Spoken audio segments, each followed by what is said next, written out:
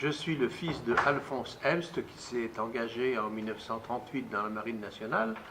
Il était matelot sur la Batailleuse. Il a fait aussi la campagne de Norvège. Ensuite, il s'est retrouvé en 1940 à Lorient, où c'est lui d'ailleurs qui a fait sauter sur ordre de son commandant la poudrière du Mintec, donc à Lorient. Ensuite, il est parti en Afrique du Nord. Il s'est retrouvé à Bizerte et ensuite il est revenu en France pour entrer dans les réseaux de résistance chez les FTP, les francs-tireurs partisans.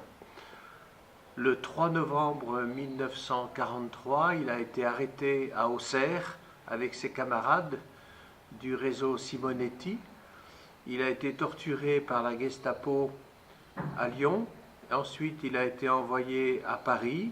Il a été jugé par le tribunal militaire allemand et il a été exécuté au Mont-Valérien, fusillé au Mont-Valérien le 7 février 1944. Auparavant, il avait été assisté par le père Stock qui était l'aumônier allemand de la garnison et en particulier qui assistait les prisonniers qui devaient être fusillés au Mont-Valérien. Et il en a lui-même parlé dans son livre. Voilà, ça c'est une chose.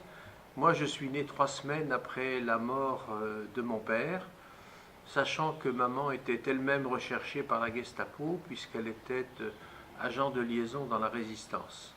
Voilà.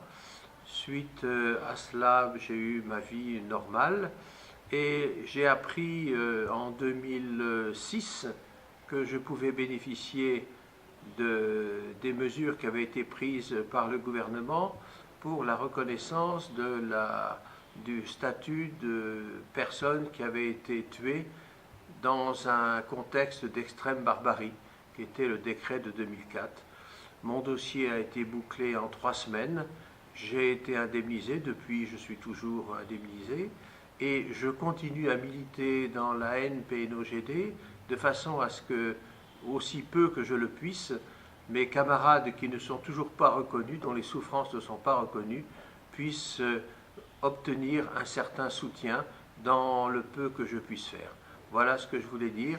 De la mort de mon père, je retiens simplement une chose, il ne faut jamais arrêter de se battre et se battre jusqu'au bout, surtout pour que les copains ne connaissent pas les mêmes misères que celles que j'ai pu connaître.